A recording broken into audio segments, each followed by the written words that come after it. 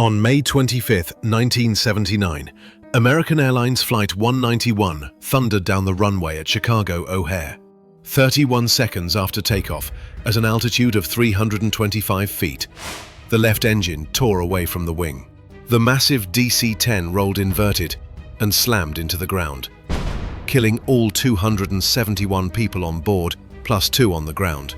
It remains the deadliest aviation disaster in American history.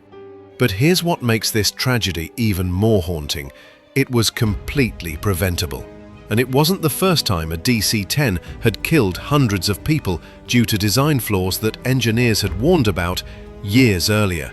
This is the story of the McDonnell Douglas DC-10, one of aviation's darkest cautionary tales. A story of ignored warnings, corporate pressure overriding safety, and a series of catastrophic failures that would fundamentally change how we think about aviation safety forever.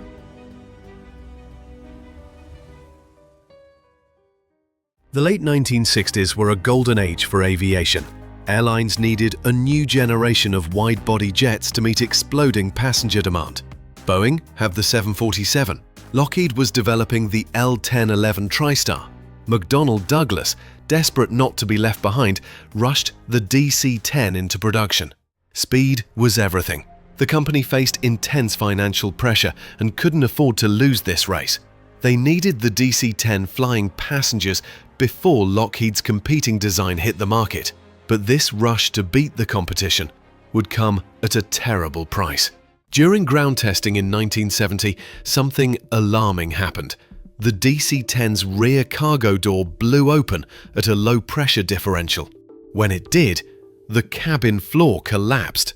This should have been a massive red flag, but production rolled ahead anyway. The problem was the cargo door design itself. Unlike inward-opening doors that cabin pressure naturally holds shut, the DC-10's doors opened outward. They required a complex latching mechanism, one that could be forced closed even when the latches weren't properly engaged. The handle would close, everything would look fine, but the door wasn't actually secured. And there was something even worse lurking beneath this design flaw. All 3 of the DC-10's independent hydraulic systems, every single line controlling the tail and rear engine, ran through the floor directly above the rear cargo compartment. If that floor collapsed, the pilots would lose all control of the aircraft. Boeing's 747 routed its control cables above the passenger cabin, avoiding this single point of failure. McDonnell Douglas didn't. The engineers knew about this vulnerability.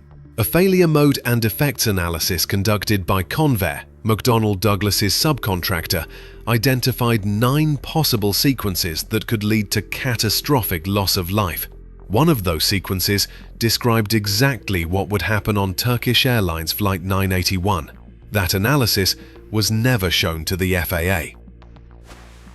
June 12, 1972. American Airlines Flight 96 departed Detroit Metro Airport bound for Buffalo. Shortly after takeoff, at 11,750 feet, the rear cargo door blew off. Explosive decompression ripped through the aircraft. The cabin floor collapsed. Debris from the cabin, seats, luggage, even part of the floor itself, was sucked out through the massive hole in the fuselage. The collapse severed some of the hydraulic lines and jammed the elevator and rudder controls.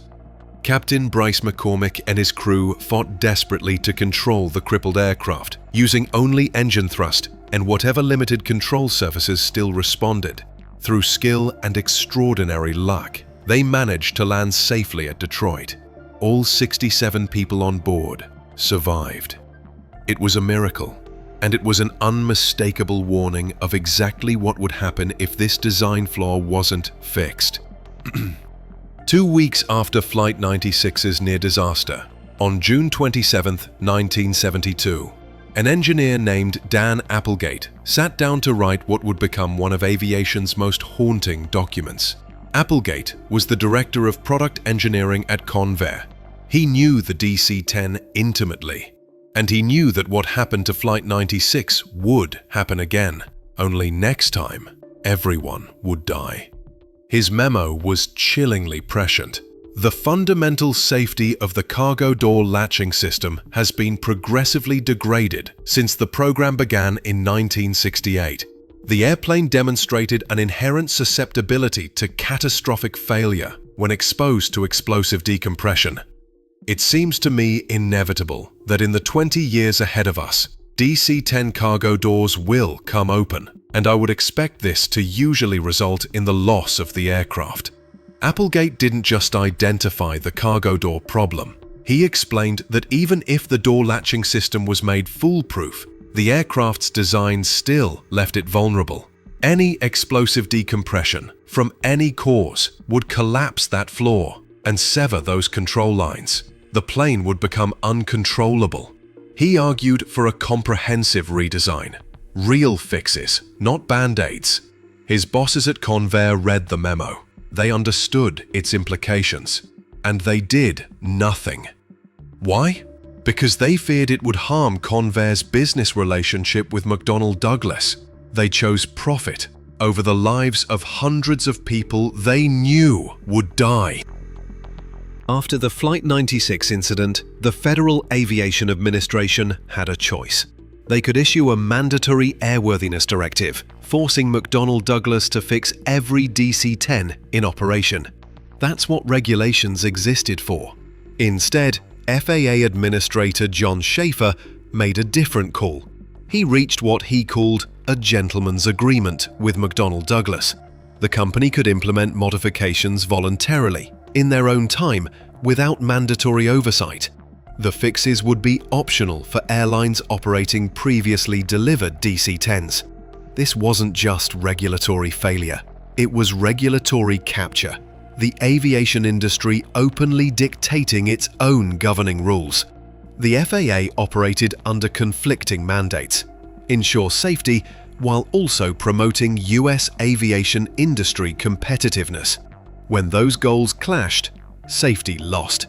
McDonnell Douglas implemented cosmetic changes to the door mechanism, but they never addressed the fundamental design flaw: the vulnerable floor and the control cables routed beneath it. It was playing Russian roulette with passenger lives. The question wasn't if another cargo door would fail, it was when. March 3, 1974. Turkish Airlines Flight 981 departed Paris-Orly Airport bound for London, with 346 people on board. 12 minutes into the flight, at 12,000 feet over the French countryside near Senlis, the rear cargo door blew off. Explosive decompression tore through the fuselage. The cabin floor collapsed. All three hydraulic systems failed instantly. The pilots had no control over the elevator or rudder. The DC-10 pitched into a steep dive. Captain Nejat Burkoz and First Officer Oral Ulazman fought the controls, but it was hopeless. The aircraft was uncontrollable. Approximately 77 seconds after the door failure, Flight 981 slammed into the Ermenonville forest at 495 miles per hour. All 346 people on board died. It was the deadliest aviation accident in history at that time. The impact was so violent that the wreckage was scattered across hundreds of meters of forest, with initial debris including passengers found 15 kilometers away near San Pathos. It took months to identify the victims. The forest floor became a mass grave for people from 21 different countries. Investigators found the cargo door's locking mechanism had not been properly engaged. The ground crew member who closed it couldn't read the warning placard. It was in English, and he spoke Turkish. But even if he had understood it, the door's design would have let him force it closed anyway. Every single thing Dan Applegate warned about in his memo had come true. The door failed. The floor collapsed. The control cables severed. The aircraft became uncontrollable. Everyone died. His memo had been written 21 months earlier. It had been suppressed to protect a business relationship. 346 people paid the price. The DC-10's reputation was in tatters after Flight 981, but the aircraft's deadliest accident was still to come. And this time, the cargo door had nothing to do with it. American Airlines had developed a shortcut for engine maintenance. The DC-10's engines were mounted on pylons attached to the wings. McDonnell Douglas's maintenance manual specified that engines should be removed separately from their pylons, a time-consuming process requiring about 200 hours of labor per aircraft. Americans' maintenance teams figured out they could save time and money by removing the engine and pylon as a single unit using a forklift. It cut the work down dramatically. The problem was, the procedure required extraordinarily precise positioning of the forklift, positioning that operators couldn't directly see. During reinstallation, the engine pylon assembly could pivot around the forward attachment point. This caused the rear mount to contact the wing structure, cracking the pylon's aft bulkhead. These cracks weren't visible during standard inspections. They would propagate over 8 weeks of normal flight operations. The damage occurred during maintenance in March 1979, until the pylon failed catastrophically. May 25, 1979. Flight 191 began its takeoff roll at Chicago O'Hare. As the DC-10 rotated, the moment when the nose lifts off the runway, the left engine and pylon assembly tore away from the wing. The massive engine tumbled over the wing, severing hydraulic and electrical systems as it went. The loss of hydraulics caused the leading edge slats on the left wing to retract. Those slats are critical for maintaining lift at low speeds during takeoff and landing. With the slats retracted on one wing but not the other, the aircraft rolled left. The pilots had no way to know what was happening. The hydraulic failures had also disabled their warning systems. Following their training for engine failure on takeoff, they maintained their climb speed. But that speed, the safe speed for a normal engine failure, was too slow with the slats retracted. The left wing stalled. The DC-10 rolled past 90 degrees, inverted, and plunged into the ground just beyond the airport perimeter. The fireball could be seen for miles. After the crash, investigators inspected the DC-10 fleet. They found 6 more aircraft with cracked pylon mounts, 4 from American Airlines, 2 from Continental. All had been maintained using the same unapproved shortcut procedure. McDonnell Douglas had actually warned American Airlines that they would not encourage this procedure due to the element of risk. But they also stated they didn't have the authority to either approve or disapprove the maintenance procedures of its customers. Critical safety information never reached the broader industry, and 273 more people died.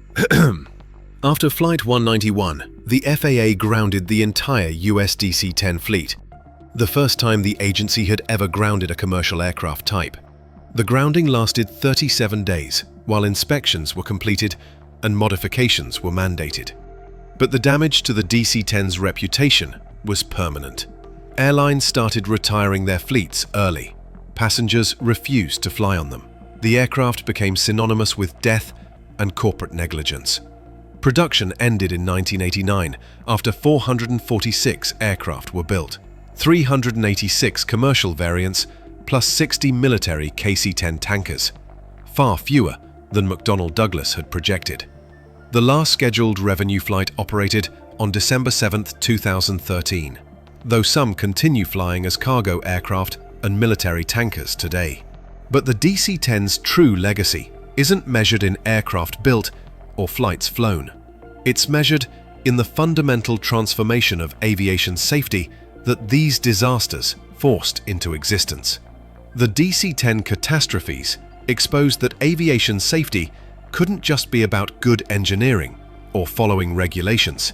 It had to be systemic, woven into every level of how aircraft are designed, manufactured, maintained, regulated, and operated. The reforms that followed created the modern aviation safety framework.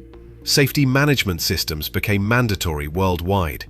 Airlines and manufacturers had to implement structured processes for identifying hazards, assessing risks, and managing safety proactively. before failures occurred. Safety became a core business process, not just regulatory compliance. Just culture replaced the blame culture that had suppressed Dan Applegate's memo.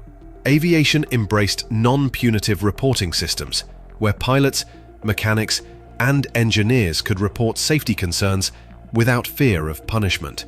The focus shifted from who screwed up to what systemic factors allowed this to happen. Whistleblower protections were written into law. The AIR 21 Act made it illegal to retaliate against aviation employees who report safety violations. The FAA established a whistleblower ombudsman office to ensure concerns reach decision-makers. Regulatory oversight was strengthened. The gentlemen's agreements that had allowed the cargo door floor to persist were replaced by mandatory directives with legal consequences for non-compliance. The FAA began requiring that major design changes, especially to flight control systems, undergo rigorous independent review. Engineering design philosophy fundamentally changed. Single points of failure became unacceptable. Modern aircraft incorporate multiple redundant systems for all critical functions. Control systems are designed to fail gracefully, rather than catastrophically. Comprehensive failure mode and effects analysis became mandatory, not optional. Crew resource management training became standard, recognizing that preventing disasters requires not just technical skill, but communication, situational awareness, and the courage to speak up when something seems wrong. International coordination through ICAO ensured that safety lessons learned in one country would be implemented worldwide. Accident investigations became standardized, emphasizing thorough technical analysis over liability determination. The DC-10 case became a cornerstone of engineering ethics education. Students worldwide study the Applegate memo and ask themselves, what would I do if my warnings were ignored? Do I have the courage to speak up, even if it costs me my career? Where does my professional responsibility lie when business pressures conflict with public safety? The DC-10 disasters demonstrate something crucial about catastrophic failures. They almost never result from a single cause. Think of it like Swiss cheese, a model developed by Professor James Reason to explain accident causation. Each slice has holes, technical flaws, maintenance errors, regulatory gaps, corporate pressures, cultural problems. Most of the time, the holes don't line up. The system catches failures before they cascade, but occasionally, all the holes align. The technical flaw exists. The maintenance error happens. The regulatory oversight fails.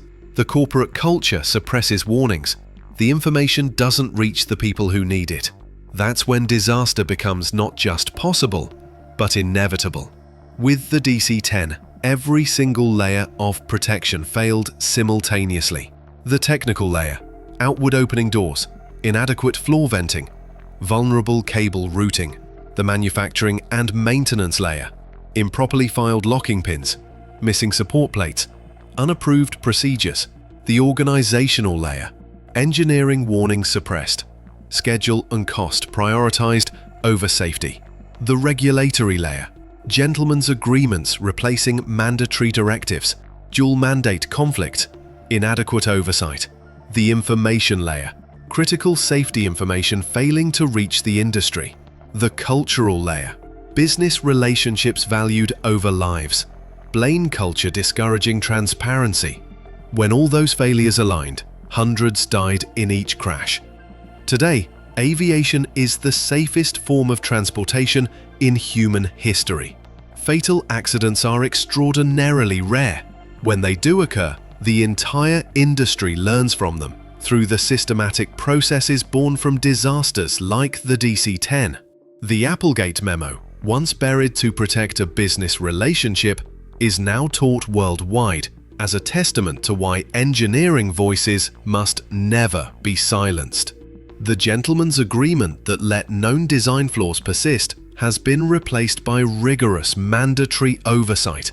The maintenance shortcuts that destroyed Flight 191 drove comprehensive safety management systems integrating every aspect of operations. The floor collapse that made the aircraft uncontrollable led to redundant fail-safe design becoming the industry standard. Over 1,200 people died in DC-10 accidents throughout its operational history. But the lessons from those deaths have saved millions.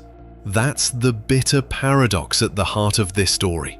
The aircraft's troubled history contributed more to aviation safety than perhaps any other single aircraft type, not despite its failures, but because of them. The lives lost in DC-10 accidents continue to protect the billions who fly safely today. Every safety system, every regulation, every redundancy built into modern aircraft carries forward their legacy. Damn Applegate knew what would happen. He put his concerns in writing. He asked for real fixes. He was ignored, but his memo wasn't lost forever. Today, it stands as proof that when engineers speak up about safety, the world must listen. When corporate pressure conflicts with public welfare, safety must win. When the choice is between profit and lives, there is no choice. The DC-10 story isn't just about engineering failures or corporate negligence.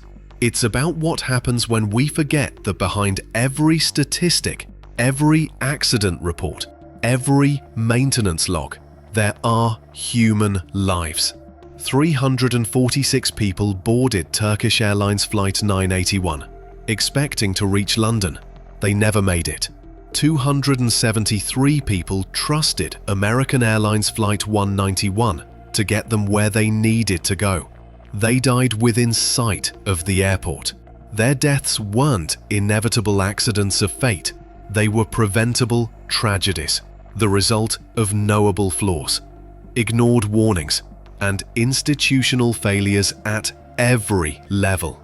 We can't bring them back, but we can, and we have, ensured their deaths meant something.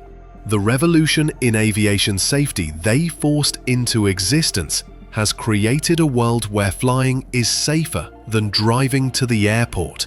That's the DC-10's true legacy. Not the aircraft itself, but what we learned from its failures. Not the disasters, but the determination to ensure they never happen again.